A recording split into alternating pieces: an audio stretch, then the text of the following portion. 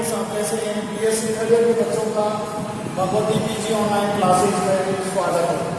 देखिए इस बार जो हमारा टॉपिक जो चल रहा है वो यूनिट नंबर 5 के अंदर सॉल्यूशन आपका चल रहा है और हमने आपको शुरू के वीडियो में जो है सॉल्यूशन की डेफिनेशन किन किन घटकों से मिलकर बना हुआ है, टाइप्स ऑफ आपका सॉल्यूशन, ठोस, द्रव, गैस, 3 प्रकार के विलयनों के बारे में हमने आपको पढ़ाया और इनकी मात्रक आपको पढ़ाया। भार मात्रक, भार आयतन मात्रक।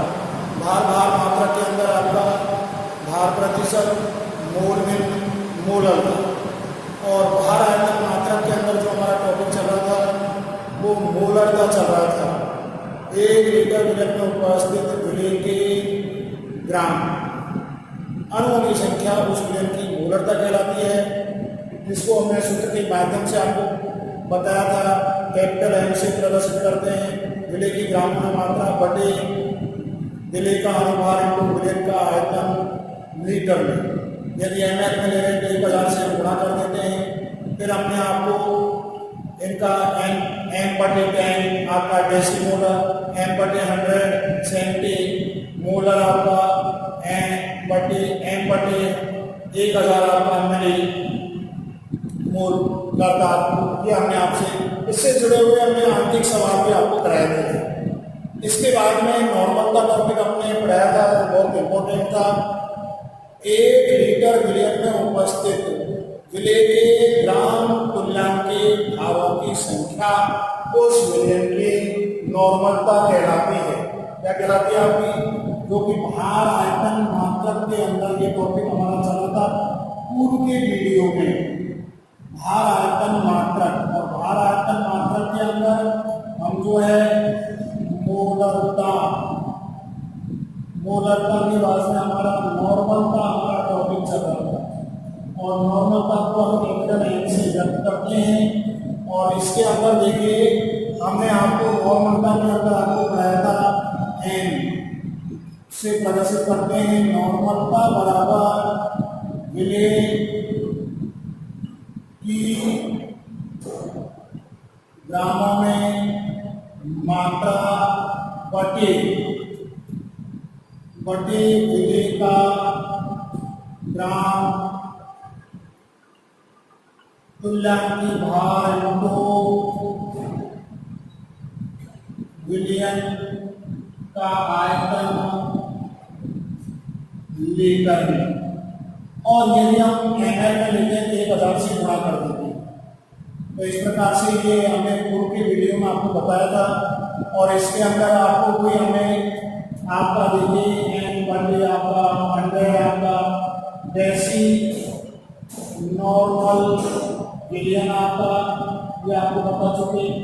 एन बटे 100 आपका सेंटी नॉर्मल विलयन आपका और एन बटे 1000 यह आपका मिली नॉर्मल विलयन। तो इस प्रकार से देखिए और एन नॉर्मलता बराबर आपका जो है वो है विलय की ग्रामों में मात्रा बटे विलय का ग्राम तुल्यांकी भार इंटू विलयन का आयतन मिलीमीटर ml इंटू 1000। तो ये भी हमने आपको पढ़ाया था। अब देखिए यहाँ पर जो है हमें तुल्यांकी भार किस प्रकार से ज्ञात करेंगे। तुल्यांकी भार जब न्यूमेरिकल अपन करेंगे तो देखिए अम्ल का तुल्यांकी भार, अम्ल का तुल्यांकी भार तो ज्ञात करने का जो फॉर्मूला था वो था अम्ल का तुल्यांकी भार बराबर अम्ल का अनुभार बटे प्रतिस्थापित प्रतिस्थापित हाइड्रोजन हाइड्रोजन परमाणुओं की संख्या, हाइड्रोजन परमाणुओं की संख्या। तो देखिए ये फॉर्मूला हम पूर्व के वीडियो में पढ़ चुके हैं, लेकिन फिर भी हम आपका दोहरान कर रहे हैं। इसमें देखिए हमने HCl का तुल्यांक भाग निकाला था, H प्लस और Cl माइनस दोनों का अनुपात जोड़ दिया, एक का भाग दे दिया, जिसमें 36.5 आया था आपका पहला अम्ल का। दूसरा हमने HNO3 आपका निकाला था, HNO3, जो कि हम पूर्व के वीडियो में आपको बता चुके हैं। इसका आपका 63 आया था, एक का भाग दिया था। H2SO4, इसका तुल्यांक 12 में 2 का भाग दिया, 49 आया था। आपका ऑक्सीजन अम्ल जो है आपका H2CO4 जो आपका आया था, इसका आपका 45 आया था। और ऑक्सीजन हाइड्रेट यानी कि ऑक्सीजन हाइड्रेट आपका H2CO4.2H2 यानी कि आपका जो 126/2 आपका, यानी 90 के अंदर हमने जल का अनुभाग जोड़ दिया, तो ये आपका आया था 63। तो इस प्रकार से ये हम उनके वीडियो में आपको, जो कि लेबोरेटरी के अंदर नॉर्मल होता आयतनात्मक विश्लेषण में इसका उपयोग किया जाता है, और ये तुल्यांक बाहर निकालना, अम्लों का तुल्यांक बाहर निकालना आपको बता चुके हैं पूर्व के वीडियो में। आप देखिए जो हमारा टॉपिक हमने जो जहाँ से आपको छोड़ा था वो देखिए आपका, वो था क्षार का तुल्यांकी भाग। क्षार का तुल्यांकी भाग नॉर्मलता के अंदर हमारा अगला जो टॉपिक जो हमने आपको पूर्व के वीडियो में यहाँ से छोड़ा था वो है आपका क्षार का तुल्यांकी भाग। वो देखिए नॉर्मलता के अंदर आपका जो दूसरा टॉपिक चल रहा था, नॉर्मलता के अंदर आपका है वो क्षार का तुल्यांकी भाग। क्षार का तुल्यांकी भाग, और क्षार का तुल्यांकी भाग बराबर आपका है क्षार का अनुभार बटे प्रतिस्थापित OH माइनस यानी हाइड्रोक्सिल आयनों की संख्या, हाइड्रोक्सिल आयनों की संख्या ये है हमारा। और जिसमें देखिए पहला एग्जाम्पल हमारा KOH उत्क्रमण रिएक्शन K प्लस और OH। आप देखिए पोटेशियम का होता है परमाणु भार 39, ऑक्सीजन का 16 ये हो गया। तो ये हमने जो है आपका कितना हो गया 9 और 15 16 पर 3 4 56। अब KOH का तुल्यांक भार, KOH का तुल्यांक भार बराबर, KOH का तुल्यांक भार बराबर क्या हो गया आपका 56/1, क्योंकि अनुभार क्षार का बटे प्रतिस्थापित हाइड्रोक्सिल आयन संख्या बराबर 56। दूसरा जो है हमारा वो है NaOH, सोडियम हाइड्रोक्साइड का, और इसमें Na प्लस OH माइनस। तो सोडियम का कितना हो गया आपका 23, 16 और 1, 6 और 1 प्लस 40 हो गया। तो NaOH का तुल्यांकी भार बराबर, NaOH का तुल्यांकी भार बराबर 40/1 बराबर 40। इसी प्रकार से हमें चूने का पानी CaOH, ये दो पढ़े थे, CaOH का हॉट प्राइस, कैल्शियम हाइड्रोक्साइड चूने का पानी, तो Ca+2+2OH माइनस। तो देखिए कैल्शियम का होता है 40 और ये हो गया आपका कितना 17, और 2 बार है तो 17 गुना 34 बराबर कितना हो गया 74/2, क्योंकि हाइड्रोक्सिल आयनों की संख्या यानी कि आपका जो 74 प्रतिस्थापित हाइड्रोक्सिल आयनों की संख्या, तो CaOH का होल ट्वाइस का तुल्यांकी भार बराबर कितना गया 74/2, तो आपका कितना आ गया, ये आ गया 37, इसका तुल्यांकी भार आपका 37 आ गया। इसी प्रकार से आप एल्युमिनियम ट्राइहाइड्रोक्साइड चौथा जो है AlOH का whole twice, aluminium trihydroxide, aluminium की संयोजकता 3 होती है 3OH माइनस। आप देखिए एल्युमिनियम का जो परमाणु भार होता है वो होता है 27, ये आपका 27 परमाणु भार, ये ऑप्शन 16 और 1 17, और तीन प्रतिस्थापित है तो 17 की 51, और ये हो गया 7 पर 1 8, 5 और 7 73। आप देखिए तो AlOH का होल ट्वाइस का तुल्यांकी भार बराबर ये हो गया 73/3, कितना हो गया आपका, तो ये 73, और ये हो गया आपका 26। तो इस प्रकार से देखिए स्टूडेंट्स, हम अम्ल और क्षार का तुल्यांकी भार छोटी क्लासों में भी पढ़ के आते हैं, और इन फॉर्मूलों से हम अम्ल और क्षार का तुल्यांकी भार निकाल सकते हैं। नॉर्मल का टॉपिक आपके लेबोरेटरी के अंदर सॉल्यूशन बनाने में, आयतनात्मक विश्लेषण में बहुत उपयोग में काम आता है। अब देखिए हमारा जो टॉपिक जो आपका, अब आप देखिए अम्ल और क्षार का तुल्यांकी भार निकालने के बाद में आप आयन का तुल्यांकी भार कैसे निकालेंगे। जैसे आपको एल्युमिनियम Al+3 आयन का तुल्यांकी भार ज्ञात करना है, आयन का तुल्यांकी भार ज्ञात कीजिए। तो देखिए ये आपका क्वेश्चन है मान लीजिए, अब इसका हल क्या होगा,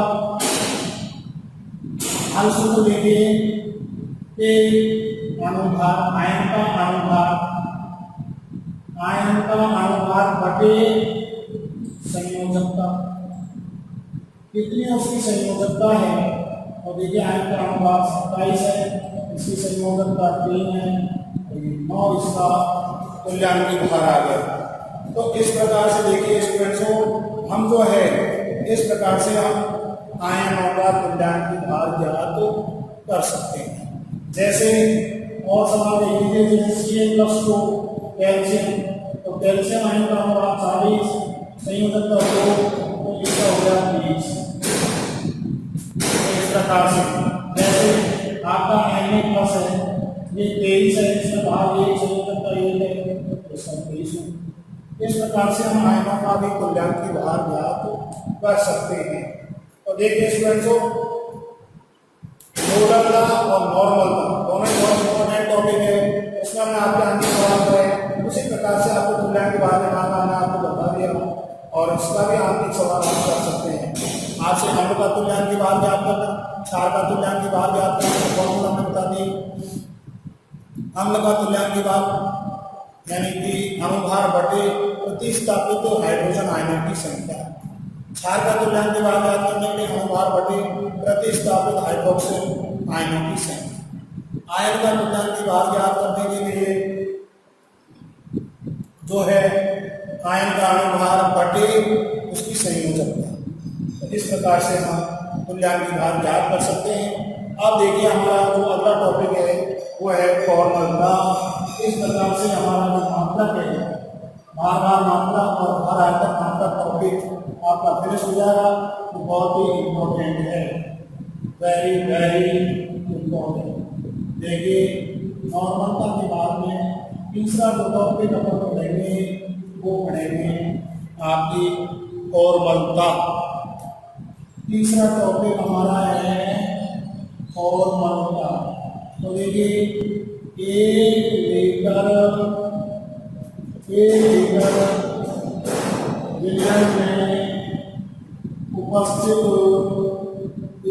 विलयन में उपस्थित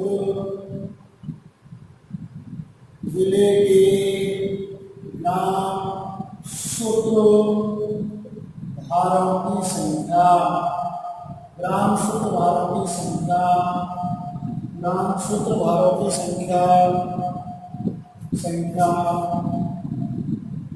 उस विलयन की और ममता कहलाती है, उस विलयन की और ममता कहलाती है। इसे ऐप से प्रदर्शित करते हैं।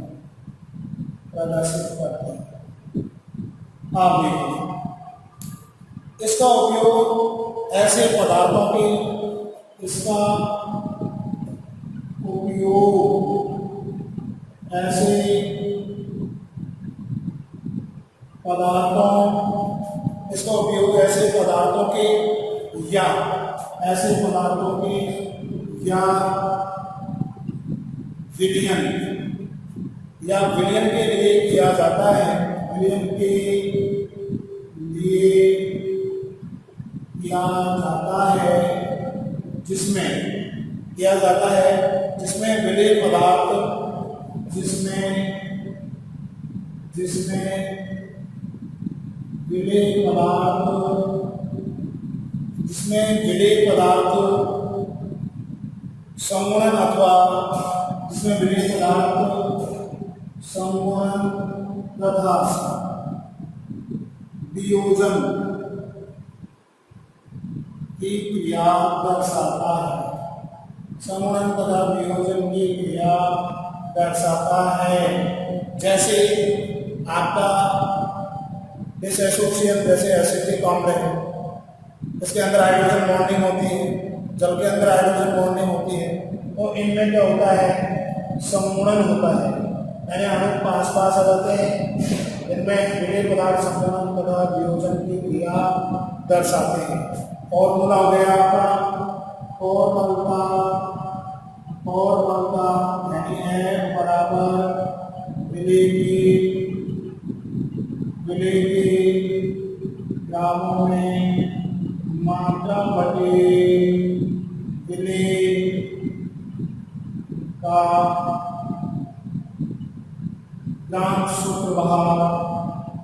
ग्राम सूत्र भार इनको विलयन का आयतन लीटर में। अब देखिए, और बनता बराबर और बनता F बराबर विलय की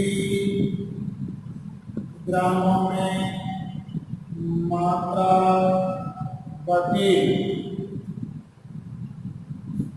विलय का ग्राम सूत्र भार इनको विलयन का आयतन मिलीलीटर ml इनको तो ये देखिए, हमने आपको भार आयतन मात्रक जो ताप से प्रभावित होता है, क्योंकि इसमें विलायक जो होता है आयतन के रूप में होता है, जिसके अंदर हमने आपको 3 टॉपिक पढ़ाया, बहुत इंपॉर्टेंट है, मोलरता, नॉर्मलता और फार्मलता। ये बहुत ही इंपॉर्टेंट है और प्रत्येक बार आपको ये आनी चाहिए, क्योंकि हम एक छोटी क्लास में पढ़ाते हैं, पढ़ के आते हैं तो केमिस्ट्री के अंदर। तो इस प्रकार से देखिए स्टूडेंट्स, हमने जो है भार आयतन मात्रक के अंदर आपको मोलरता, नॉर्मलता, फार्मलता और भार मात्रा के अंदर भार प्रतिशत, मोल बिंदु और मोलरता, ये आपके 6 टॉपिक कंप्लीट हो गए। अब हम नया टॉपिक पढ़ेंगे आयनिक सांद्रता, जो कि बहुत ही इंपॉर्टेंट है। वास्तव में आयनिक सांद्रता क्या है, जिसे हम म्यू से प्रदर्शित करते हैं।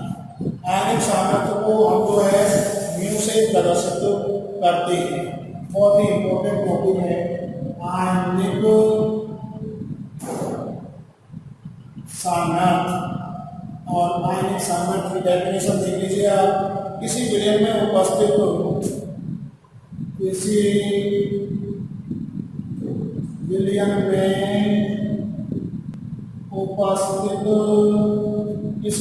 में उपस्थित विभिन्न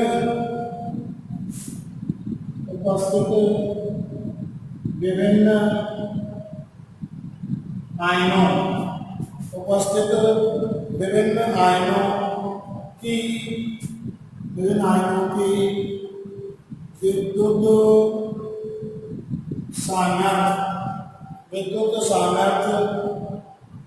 सामर्थ्य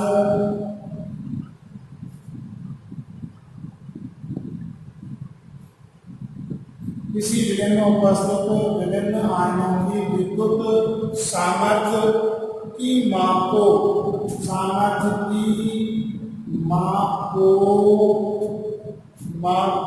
उस विलयन के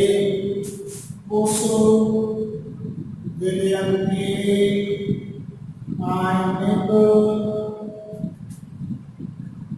सामर्थ्य कहते हैं। उस विलयन की आयनिक सामर्थ्य कहते हैं जिसे म्यू के द्वारा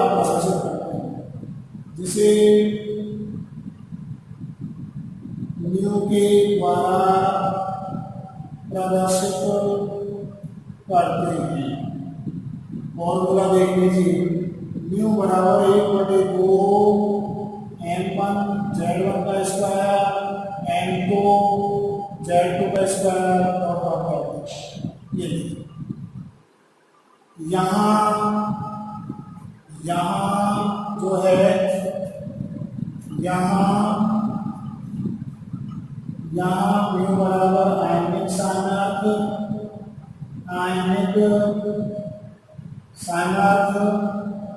m बराबर आपकी मूलकता और z बराबर आपकी संयोजन बैलेंस। अब देखिए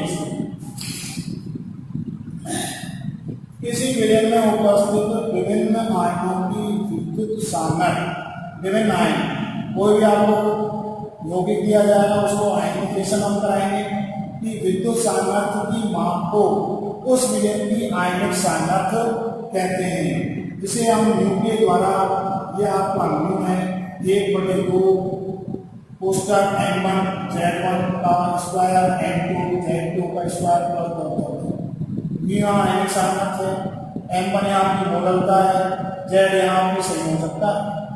अब देखिए हम आपको सवाल दे रहे हैं कि 0.01 m यानी मोलकता का Al2SO4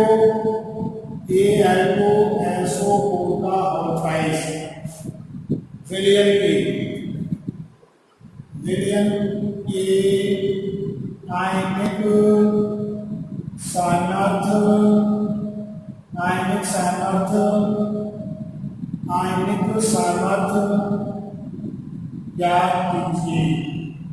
आयनिक सामर्थ्य ज्ञात कीजिए।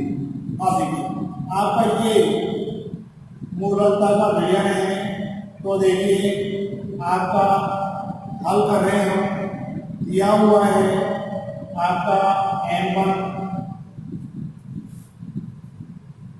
पहले हम देखेंगे Al2SO4 का oxide उत्क्रमणीय reaction 2Al + A + 3SO4 - इस प्रकार से हमने इसको तोड़ दिया।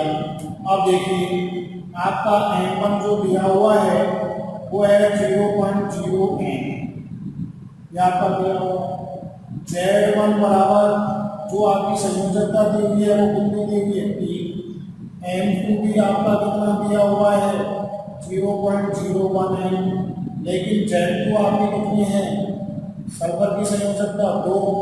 आप देखिए इसको हम फॉर्मूले के अंदर रख देते हैं, आपका जो सूत्र है म्यू बराबर 1/2 और m आपका 0.0 इनटू आपका क्या हो गया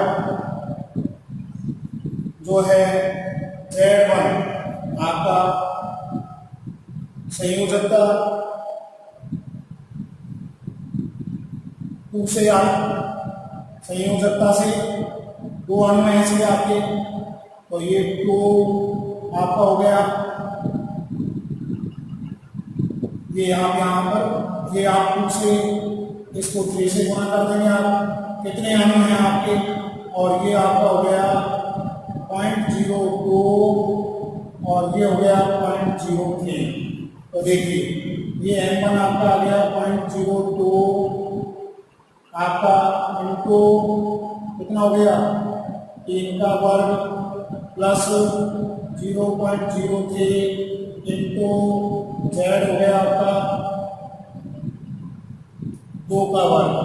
ये लीजिए तो आपका जो हो गया 1/2 ये हो गया आपका 0.02 इंटू 9 दूनी 18। ये कितना हो गया आपके 2 से ज़्यादा क्या कर देंगे इसको। ये देखिए 3 9 प्लस 0.03 इंटू 4।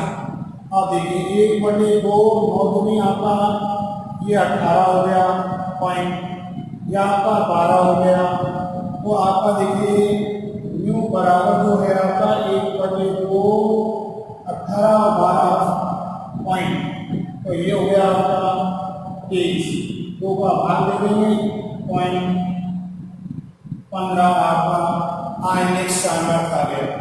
कितना आ गया 0.15 आपका आयनिक सामर्थ्य। तो देखिए स्टूडेंट्स बहुत ही इंपॉर्टेंट है, इससे जुड़ा हुआ सवाल भी आ जाता है कि आयनिक सामर्थ्य पर टिप्पणी लिखिए।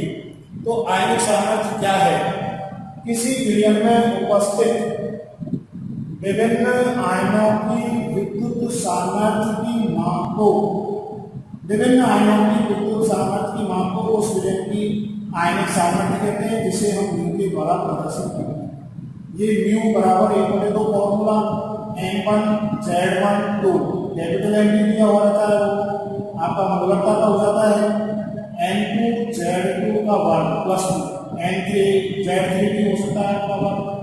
म्यू आयनिक सामर्थ्य है, स्मॉल m मोलरता है, Z यहाँ संयोजकता है। अब हमने सवाल अपने आपको दिया है, वो है आपके सवाल आपका 0.01 Al2SO4 का होता है सिलेंडर आयनिक सामर्थ्य याद कीजिए। अब इस यौगिक को हमने इस प्रकार से तोड़ दिया 2Al+3SO4-। तो इसमें अणुओं की संख्या जो है वो कितनी है? एल्युमिनियम की 2 है, तो और मोलरता 0.01 का है, तो इसके जो अणु है उनसे हम गुणा कर देंगे तो 0.02 आ गया। N2 बराबर 3 से गुणा कर देंगे, 3 अणु काम में आ रहे हैं, ये हो गया Z। एल्युमिनियम की संयोजकता 3 है, सल्फर की संयोजकता 2, आपकी सल्फेट की 2 है, तो ये हो गया। फॉर्मूले में मान रख दिया आपका, ये हो गया 3 3 9, इसको इससे गुणा कर दिया 9 दूनी 18 0.18 आ गया आपका। 4 इसको खोल लिया, वर्ग 2 दूनी 4 4 3 12.12, दोनों का योग कर दिया, पॉइंट आपका आ गया 23। मैं 2 का भाग ले लिया अपने लिए, आपका आ गया 0.15 आयनिक सामर्थ्य। तो देखिए स्टूडेंट्स बहुत ही इंपॉर्टेंट सवाल है। आयनिक सामर्थ्य पर कई बार आपका सवाल भी आ जाता है, आंकिक प्रश्न आ जाता है, तो इस प्रकार से ये बहुत ही इंपॉर्टेंट है आयनिक सामर्थ्य, जिससे जुड़े हुए और भी आप लोग सवाल कर सकते हैं। तो इस प्रकार से ये आयनिक सामर्थ्य का जो हमने ये सवाल आपको कराया, इससे जुड़े हुए सवाल भी आप अन्य कर सकते हैं। तो देखिए स्टूडेंट्स आज के वीडियो में हमने आपको जो भार आपका मात्रक था वो आपका पूर्व से चल रहा था, वो टॉपिक भी आपका फिनिश होगा। उसके अंदर 3 इंपॉर्टेंट टॉपिक, भार प्रतिशत, मोलविन और मोलर, और भार आयतन मात्रक के अंदर मोलरता, नॉर्मलता, फार्मलता। तो इस पार्ट के सबसे इंपॉर्टेंट है 6 टॉपिक, इनके सवाल, इनके सूत्र आपको हम पढ़ा चुके हैं। और आयनिक सामर्थ्य हमारा चल रहा है, किसी विलयन में उपस्थित विभिन्न आयनों की विद्युत सामर्थ्य की माप को उस विलयन की आयनिक सामर्थ्य कहते हैं, जिसे म्यू के द्वारा प्रदर्शित करते हैं। यह आपका फॉर्मूला है, V बराबर M1 Z1 का वर्ग M2 Z2 का वर्ग प्लस डॉट। यहाँ म्यू आयनिक सामर्थ्य है, M1 मोलरता है, Z संयोजकता है। अब देखिए 0.01 M मोलरता Al2SO4 का ऑक्साइड सिलेंडर की आयनिक सामर्थ्य ज्ञात कीजिए। तो हमने Al2SO4 ऑक्साइड को तोड़ लिया, 2Al+3SO4। अब ये आपके इसके 2 अणु हैं, इसके 3 अणु हैं सल्फेट के, तो हमने इसको 0.01 से वहाँ कर दिया। एल्यूमिनियम के 2 अणु हैं, इसके 3 अणु हैं, सही हो सकता है इसमें 3 एल्यूमिनियम सल्फेट के आपके 2 है तो इनका मान रख दिया और ये म्यू बराबर आयनिक सामर्थ्य आपका 0.15 है। अब देखिए स्टूडेंट्स, अगले वीडियो में हम जो है नया टॉपिक आपको पढ़ाएंगे, वो पढ़ाएंगे वाष्प ताप। धन्यवाद, आज के लिए इतना ही बहुत।